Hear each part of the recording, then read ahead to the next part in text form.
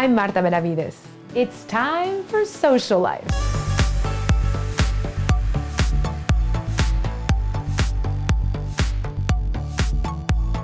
We're so glad you could join us on this edition of Social Life, National Response to the Pandemic. Coming up, a discussion with Texas Senator Juan Chuy Hinojosa about relief efforts and support heading our way. Creating opportunities to help build a brighter future. We're learning about an organization called VIDA, plus a fancy dish from our friends at Mori Japanese Grill. And it won't cost a fortune. So stay with us, more Social Life right after this. We give 100%. We do whatever it takes. We sweat the small stuff. Every day, every hour, for 20 years. To ensure that every child and every community we serve has a chance to succeed, compete, thrive. This is just the beginning. At Rio Bank, we pride ourselves on creating strong partnerships with customers. We build these relationships with confidence and courage as we venture into new frontiers and growth opportunities in the Rio Grande Valley. Rio Bank is leading the way in building the future of the valley, and your business can be part of that growth. Let's partner together and become stronger than ever before. Rio Bank, your kind of bank, your kind of banker. Hello everyone. I'd like to share some key takeaways from members of the RGV Partnership. We're all riding the same storm, however, we find ourselves in different boats. These challenging times call that we become laser focused to rise to the challenge. It is during these times that we need to come together and inspire others. We find ourselves communicating via webinars, chats, WhatsApp groups, and many other platforms. However, it is during these times that we need to ensure that we embrace the change so that we can come out ahead. We need to continue to collaborate with others and share the best practices with others. And as you communicate with your team, be transparent and encourage team accountability. And always remember to wear your mask. Thank you, Martha. A rising number of COVID-19 cases right here at home has many worried and asking, what's next?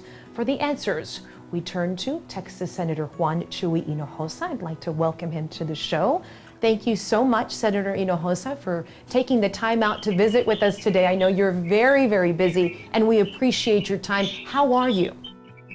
Well, I'm doing very well, but it seems like I'm busier now than ever. Seems like we're right in the middle of a session where every day is a full day of work from early morning to late in the evening. So it's really challenging times right now. Well, we appreciate the work that you're doing. We're setting records here at home, not the kind we were hoping for, Senator, but I know you're working diligently to get another round of much needed resources to the area. Can you update us on that information? Well, you know, we have, believe it or not, about 70 pots, federal funding sources. But I'll focus on the CARES Act. For the Congress passed legislation providing for $11.2 billion to the state of Texas to help pay some of the expenses for the COVID-19. And a large part of that money went to the counties directly, cities, so 500,000, population of 500,000. But quite frankly, it was really helped us pay for a lot of COVID expenses. But we deal with a whole realm of issues from public education to unemployment benefits to daycare centers. So every day is a new challenge in trying to find ways to make sure that the public is safe and that our workers receive the proper support from the state. And more important, finding ways to keep our families healthy and safe, providing the resources needed to our hospitals. Our hospitals are becoming stressed here locally. What kind of resources? I know that we had talked about equipment and even manpower, nurses and doctors coming to our area to help support our local hospitals. Can you talk a little bit about that? You know, it's a real challenge. Our hospitals are pretty much full. They need more doctors and more nurses, certainly more ventilators and personal protection equipment. We as a state provide what we call teams that will try to address a surge of hotspots. So for us here in the Rio Grande Valley, we actually have additional assistance from the state, 642 additional doctors, nurses, other medical personnel to help our local hospitals. Many times some of our doctors and nurses are being infected themselves. So they need assistance from the state.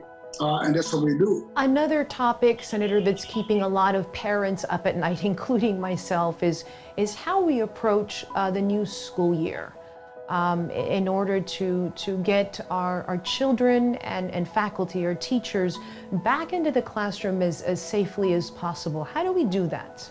It's a very fluid situation. Quite frankly, we are allowing and having a lot of feedback from our schools, from our teachers who are very much concerned, but especially our parents. I know there's a push to open schools wide open. I don't think it's possible to do that. So we have to find a hybrid approach to deal with the challenges that we face in trying to keep our children educated, but at the same time minimize their exposure to COVID-19. You know, I guess the idea is to open them and then find ways to keep them opened. I know that's a real challenge. Senator, you've been serving for many, many years under many administrations. You come with a wealth of knowledge and a wealth of experience. What is your opinion of the overall handling of this pandemic?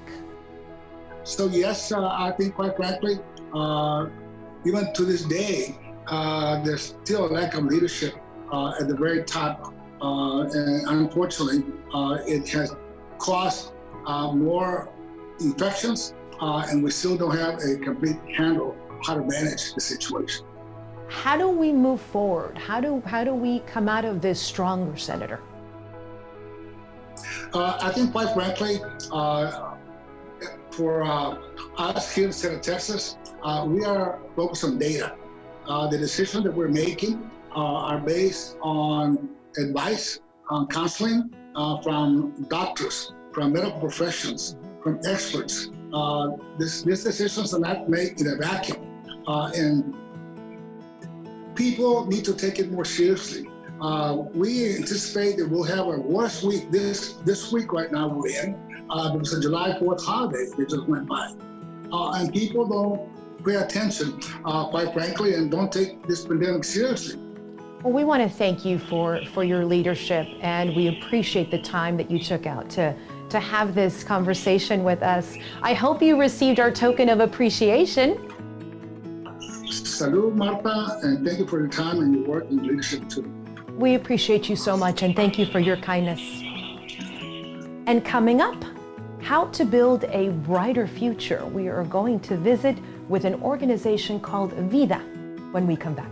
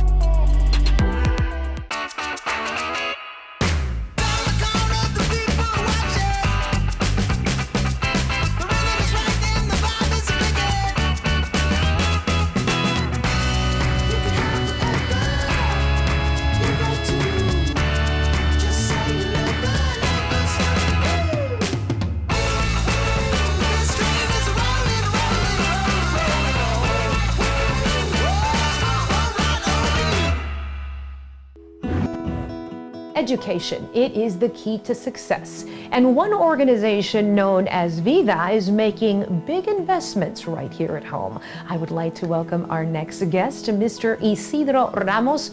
He is with the organization known as VIDA, and he's here to talk about how this wonderful organization serves our community. How are you, Mr. Ramos? Thank you for joining us. Thank you, Martha. I'm doing very well. Thank you for having us. Let's talk about the beautiful work that VIDA does and how it represents our community. Sure. So VIDA stands for Valley Initiative for Development and Advancement. We've been in the Rio Grande Valley since 1995. Wow. Originally created for serving individuals who wanted to improve their standard of living through education. Martha, since 1995, we have served over 6,000 individuals. Individuals have come from various backgrounds, primarily from low income, unemployed, or receiving public assistance. Last year on our annual summary, these graduates came into the workforce earning on average $41,808. How does one qualify for your services, Mr. Ramos? Anybody who is a Valley resident who is 18 years of age or older can apply to our services. They have to be receiving either public assistance or be earning less than $10 an hour. They simply can apply to our application that is located on our website to understand a little bit more about the services. How many people are you currently serving right now, and how has COVID-19 affected the work that you do here locally? Every year we put out our annual summary, and last year we served 501 students. Right now we are approximately at about 275 students with our year ending at the end of September. If I may ask, how are you all getting these resources? How are you making these resources available to those who need your services? So our services, the funding that we receive primarily comes from our local cities throughout the Rio Grande Valley. They are through the various incentives corporations and economic development corporations. And this comes through the half-cent sales tax that the cities are able to invest in workforce development. This money goes directly to our residents through our program and what we refer to as human capital investment. So, Martha, what ends up happening here is pretty transformational. These services allow individuals who come from impoverished or difficult economic backgrounds to have access to education. And being in the Rio Grande Valley here along the border, we still have a large portion of our population that live in poverty.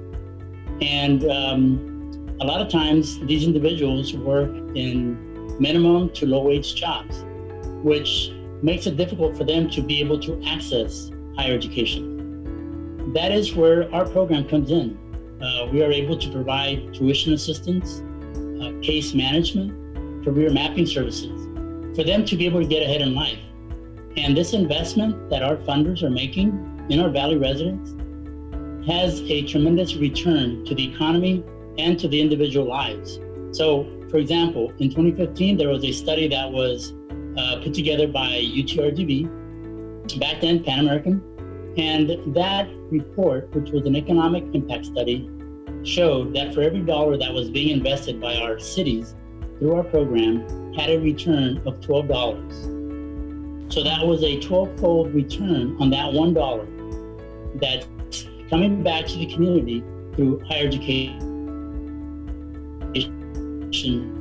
training, which what we like to call is human capital investment.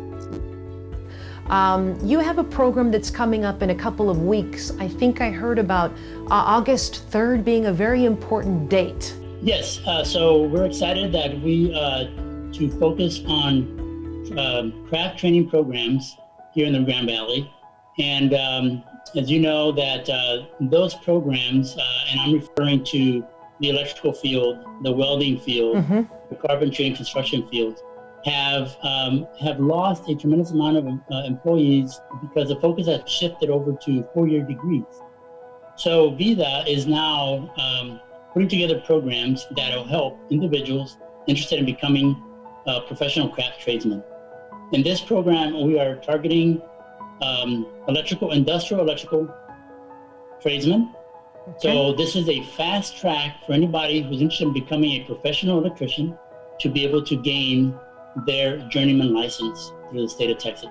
We'll help them pay for their tuition, and we'll also help them with employment, with a progressive employment wage as they move through this program. We thank you so much for the work that you do, Mr. Ramos. How can we help to keep you, to allow you to continue to offer these services to our community? How can we help? What we like for Socialife to do is to promote this program. It's amazing to learn how many people do not know about our program. 25 years here in the Rio Grande Valley, and we still come across many individuals who are not aware about the services we provide.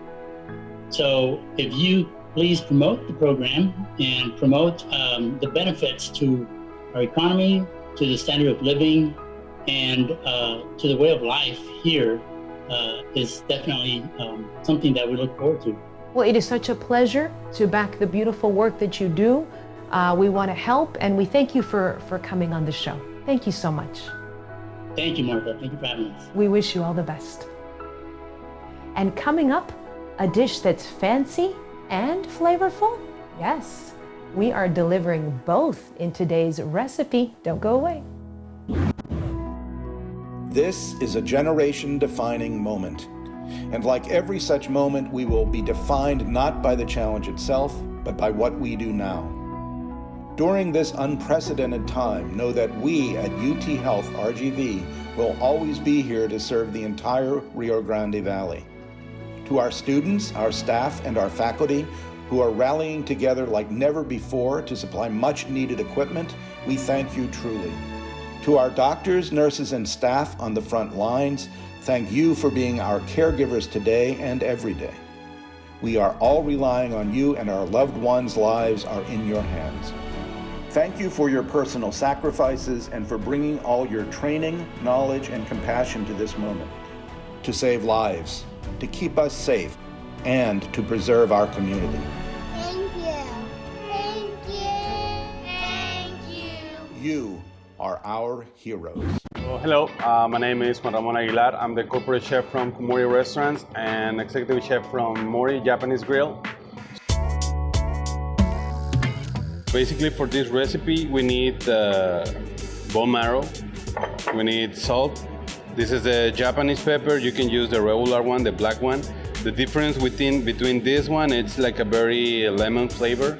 And we're gonna season with the greens, watermelon radish, micro cilantro, and this is the sauce that we're gonna put over the bone marrow. Red miso, sugar, mirin, lemon juice, and tobanjan chili paste. So it's kind of spicy and sweet at the same time. To start, we're gonna, this is very hard, so you can pinch a little bit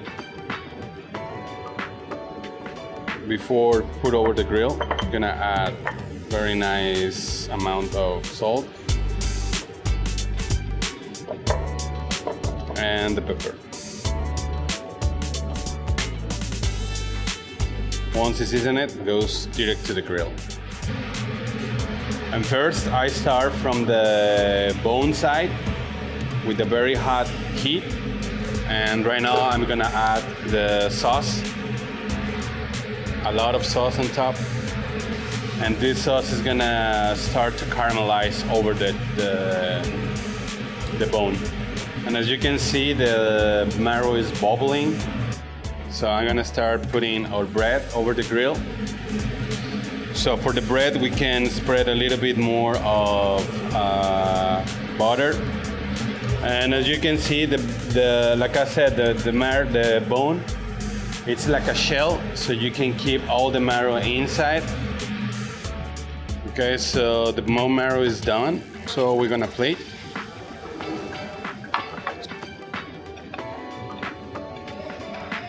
So we serve with our bread. We put the green onions on top, the watermelon radish, and the micro cilantro. And there you go.